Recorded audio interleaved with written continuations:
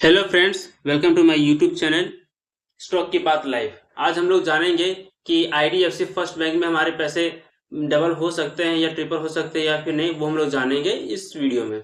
तो इस बैंक का नाम है आईडीएफसी फर्स्ट बैंक।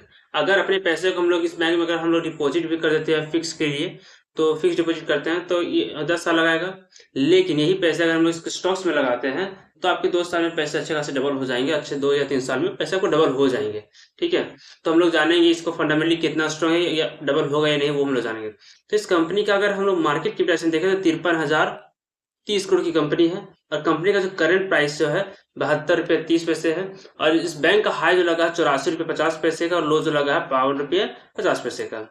और ये जो बैंक है आप किसी भी प्रकार से आपको डिविडेंड नहीं देती है। इसका बुक वैल्यू भी देख सकते हैं 51 रुपये 90 पैसे का और अपने बुक वैल्यू के आसपास ही है। और फेस वैल्यू भी देख सकते हैं 10 का है। अगर इसका कोई भी शेयर प्लेज नहीं है, ये बहुत अच्छी बात है कम इस बैंक का। और इसका पेट्रोसिक स्कोर देखें तो 5 का है, तो ओवरऑल ठीक ठाक और फंडामेंटली स्ट्रॉन्ग है। 3 साल का प्रॉफिट देखें तो 122% का है। और 3 साल का ग्रोथ देखें, सेल ग्रोथ 28.6% का है।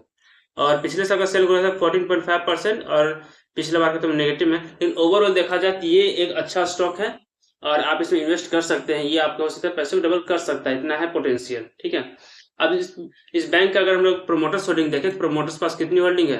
प्रोमोटर्स पास 0% होल्डिंग है। ठीक है, एफआई के पास लेकिन 25.68% की होल्डिंग है। डीआई के पास 19.30% की होल्डिंग है। यहाँ पे गवर्नमेंट के पास है 9.16% की होल्डिंग है। तो ये अच्छी बात है कि एफआई डीआई गवर्नमेंट तीनों ने अच्छी खासी यहाँ पे होल्डिंग रखी है इस शेयर की। ठीक है, इस बैंक की। अगर इस बैंक का अगर हम रिजल्ट देखें तो बैंक का रिजल्ट है पिछला साल था 25,204 करोड़, इस बार 30,685 करोड़ का रिजल्ट है। ठीक है, तो रिजल्ट में बढ़ोतरी हो रही है। और डिपॉजिट देख सकते हैं इस बार है 2,52,010 करोड़ का और इस पिछला बार था 2,05,70 करोड़ का। ठीक है, तो डिपॉजिट भी बढ़ रहा है। ठीक है, और कर्ज मात्र 38,984 करोड़, तो कर्ज कम हुआ। पिछला बार कितना था? 50,936 करोड़। तो आप समझ सकते हैं कि रिजर्व्स बढ़ रहे हैं, डिपॉजिट्स बढ़ रहे हैं और कर्ज भी कम हो रहा है। तो यहीं से पता चल रहा है कि आने वाले समय में ये स्टॉक जो है ना आपके लिए मल्टीबैगर हो सकता है। मान लीजिए कि ये जो कर्ज है अगर ये जीरो हो जाएगा आने वाले 2 साल में, तो कितनी बड़ी बात है ये कंपनी के लिए। ठीक है, तो ओवरऑल देखा जाए तो ये एक मल्टीबैगर स्टॉक हो सकता है।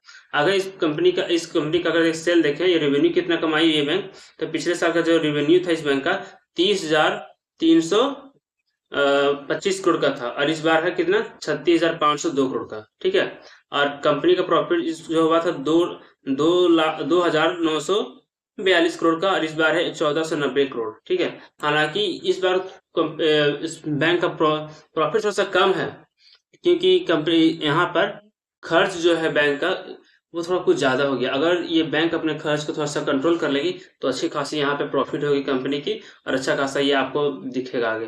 ठीक है, और अगर आने वाले समय में ये जो स्टॉक है ना आपके लिए मल्टीबैगर हो सकता है क्योंकि अभी प्रॉफिट के सेल में तो बढ़ोतरी हो लेकिन सेल में प्रॉफिट थोड़ा सा कम है। इसी कारण से आपको थोड़ा सा डिस्काउंट प्राइस में मिल रहा है, वरना यही जो स्टॉक है आपको 100 रुपए में मिलता है और यही अच्छा मौका आप खरीद सकते हैं। आपको क्या लगता है? मेरे इस वीडियो के नीचे कमेंट करके बताएं। Thank you.